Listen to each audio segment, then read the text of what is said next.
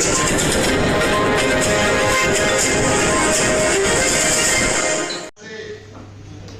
सुबह से हम लोग एक ड्रामा, एक पिक्चर देख रहे हैं, भ्रष्टाचार का ड्रामा। उसी को लेके आपके सामने हमारे पूर्व अध्यक्ष और सांसद भाई मनोज तिवारी जी मौजूद है। आपको सबको संबोधित करेंगे। मेरे साथी भाई हरिवर रघुवंशी जी हैं। मैं सीधा भाई मनोज जी से बात करके निवेदन करूंगा कि आप सबको संबोधित करें।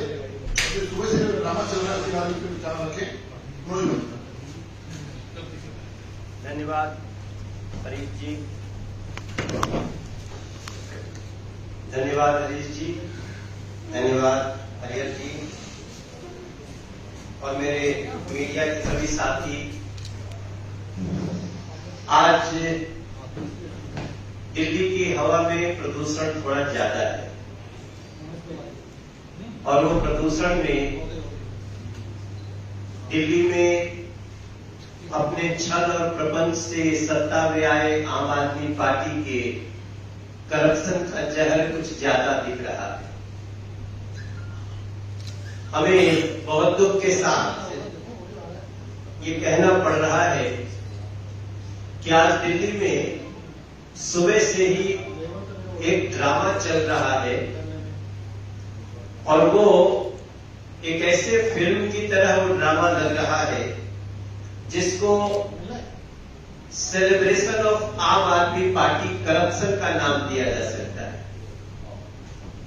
ये सेलिब्रेशन ऑफ आम आदमी पार्टी करप्शन पहली बार हमको ऐसा नजारा दिखा है जहां एक अभियुक्त नंबर, एक आरोपी नंबर 1 को एक सीबीआई कोर्ट बुला रही है, उससे पूछताछ होनी है, उसको अपने अपराध का, अपने पापों का, अपने लूट का जवाब देना है, तो वो एक बड़ी जुलूस निकाल के चलता है। वैसे तो हम लोग सुनते ही रहते हैं, एक फ्रेज भी है कि जल्दी तेरा जुलूस निकलेगा, लेकिन मैं दिल्ली में देख रहा हूं कि ये आम आदमी पार्टी के भ्रष्टाचारी खुद ही अपनी जुलूस निकाल रहे हैं।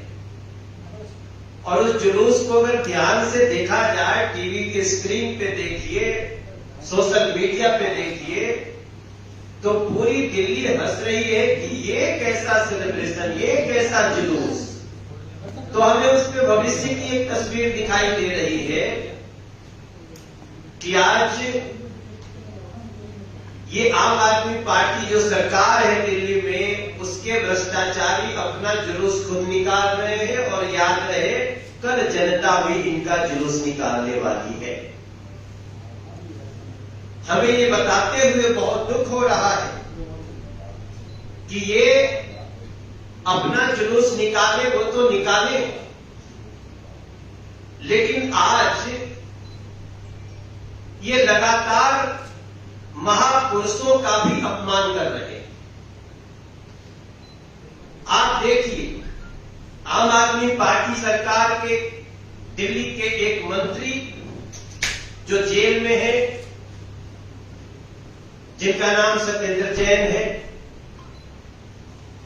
और एक उनके जो मंत्री हैं वो शराब घोटाले में आज सीबीआई कोर्ट में पेशी पर है। किसी के भीड़ लगाने से, किसी के जुलूस निकालने से कानून अपना काम नहीं रोकता, लेकिन इनको लगता है कि शायद हम ऐसा कर सकते हैं।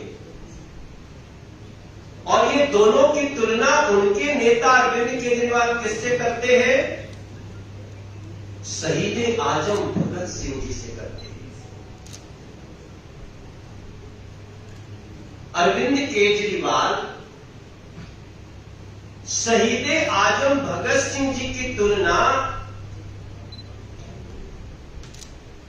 जेल में बंद भ्रष्टाचार के आरोप में एक मंत्री से करते हैं। अपने भ्रष्टाचार से लगातार कोर्ट में पेशी, लगातार जांच में फंसे हुए अपने एक मिनिस्टर से करते हैं। तब हमें कहना पड़ता है कि 2 नंबरी काम करने वाले लोग जो 1 नंबर के एक्यूज्ड हैं, उनकी तुलना शहीद आजम भगत सिंह जी से करना, ये शहीद आजम भगत सिंह जी का तो अपमान है ही, ये देश की आजादी के उन तमाम महापुरुषों का भी अपमान है। और याद रखिए अरविंद केजरीवाल, याद रखिए मनीष सिसोदिया और सत्येंद्र जैन जैसे लोग इसको दिल्ली भी याद रखेंगे और देश भी याद रखेगा, पंजाब भी याद रखेगा। जब इनको जाना है छानबीन पूछताछ के लिए, तो ये भाग करके जाते हैं गांधी जी की समाधि पे। मुझे हंसी आ रही है, जब 2 अक्टूबर आता है तो इनको गांधी जी की समाधि पे जाने का मौका नहीं होता है। जब 2 अक्टूबर को देश के सभी लोग जिनका राजनीति से मतलब नहीं, वो भी राष्ट्रपिता महात्मा गांधी जी की फोटो लगा करके ही सही उनको श्रद्धांजलि अर्पित करते हैं। लेकिन उस दिन इन लोगों को मौका नहीं होता है कि हम जाकर के राजघाट समाधि पर खड़े हो। यहां माननीय एलजी को चिट्ठी लिखना पड़ता है और उनको याद दिलाना पड़ता है उनकी बेशर्मी का। और जब ये फंसते हैं अपने गुनाहों से, भ्रष्टाचार की दलदल में, तो गांधी जी की आड़ लेने पहुंच जाते हैं। इसके पीछे कितना खुफिया, कितना साजिश भरा दिमाग है, हमारे दिल्ली के लोग, हमारे देश के लोग इसको समझ सकते हैं और देख सकते हैं। आपको बताते हुए मुझे बहुत दुख हो रहा है कि जो मूल प्रश्न है उसका जवाब नहीं दे रहे हैं। मूल प्रश्न क्या ऐसा है? मूल प्रश्न है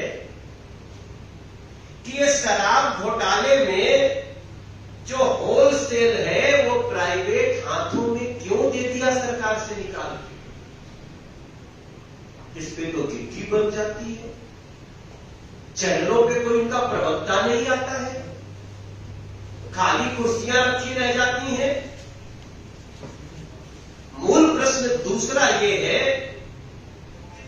कि प्राइवेट शराब दुकान जिसकी लॉटरी निकलनी थी, वो अपने दोस्त माफिया, शराब माफियाओं को दे दिया, इसका जवाब दीजिए।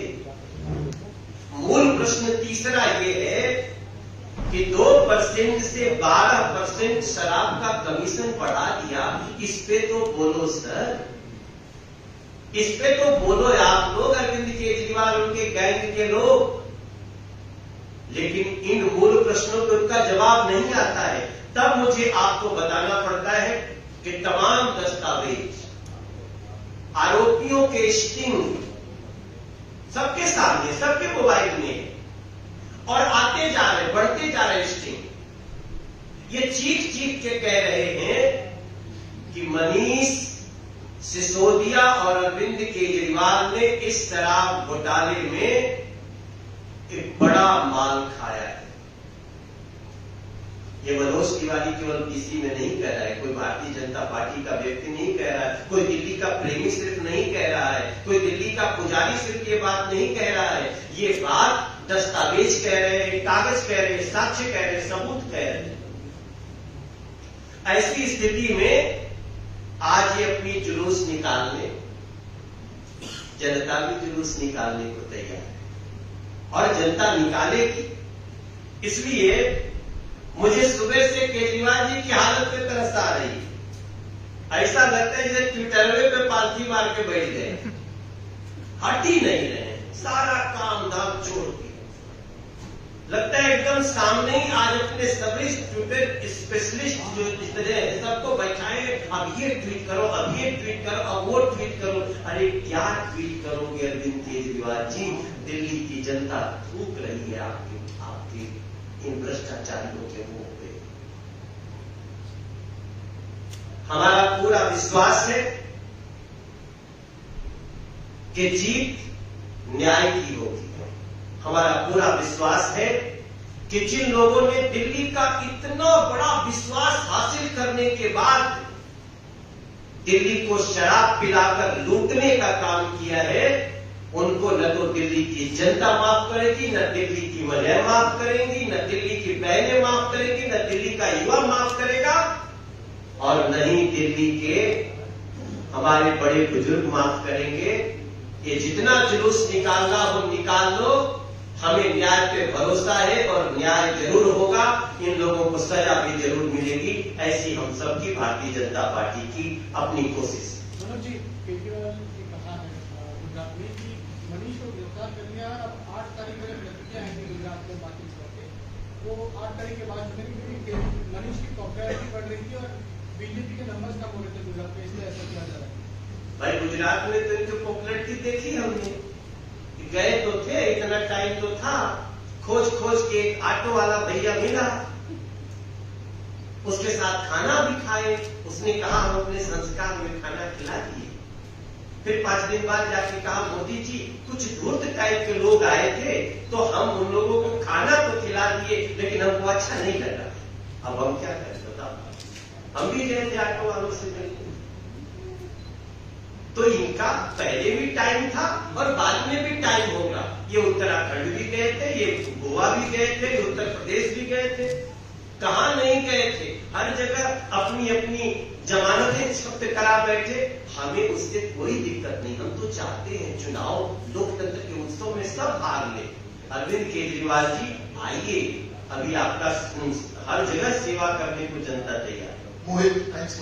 मनोज जी, सवाल यही है कि जब से आपने भी काफी दिनों से प्रेस कॉन्फ्रेंस कर रहे हैं, जब भी बीजेपी प्रेस कॉन्फ्रेंस करती है स्पेसिफिक सवाल पूछती है एक्साइज पॉलिसी पे, तो आम आदमी पार्टी की भी ये तरफ से कहा जाता है कि एजेंसीज हमारे खिलाफ इस्तेमाल करी जा रही है क्योंकि हम गुजरात में ग्राउंड बना रहे हैं। और अभी भी उनका स्टैंडर्ड रिप्लाई यही है कि मनीष सिसोदिया को गुजरात में प्रचार करने से रोका जा रहा है, इसीलिए उनको ये जो है आज बुलाया गया। वो ये तक कह रहे हैं कि आज शायद उन्हें गिरफ्तार भी किया जा रहा है। तो स्पेसिफिक सवालों पे जवाब नहीं है, लेकिन सिर्फ गुजरात इलेक्शंस को लेके और एजुकेशन को लेके उनका जो है वो आ रहे हैं, डिफेंस आ रहे हैं, क्या कहेंगे?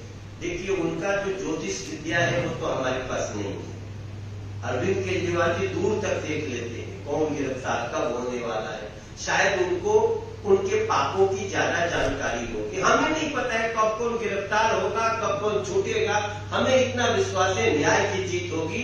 और बाकी उनकी जितनी बातें हैं, बेचारी पॉलिटिक्स से हम क्या कर सकते हैं, उनको जो कहना है कहेंगे ही, लेकिन इन बातों में कोई आधार नहीं है। हमें न्याय पे भरोसा है। पंकज गोयल, सर, गुजरात चुनाव अभी अनाउंस नहीं हुए हैं, उन्होंने 8 दिसंबर को परिणाम की घोषणा कर दी है, इससे क्या कहना है आपका? ज्योतिष विद्या तो कहे उनकी ज्योतिष विद्या, उनका बस तो मुख्यमंत्री भी बना चुके थे उत्तराखंड में, गोवा में, उत्तर प्रदेश में, सब जगह बना चुके थे। तो उसको उनकी ज्योतिष विद्या को प्रणाम है, हमें न्याय पे भरोसा है। धन्यवाद, बहुत बहुत। एक मिनट।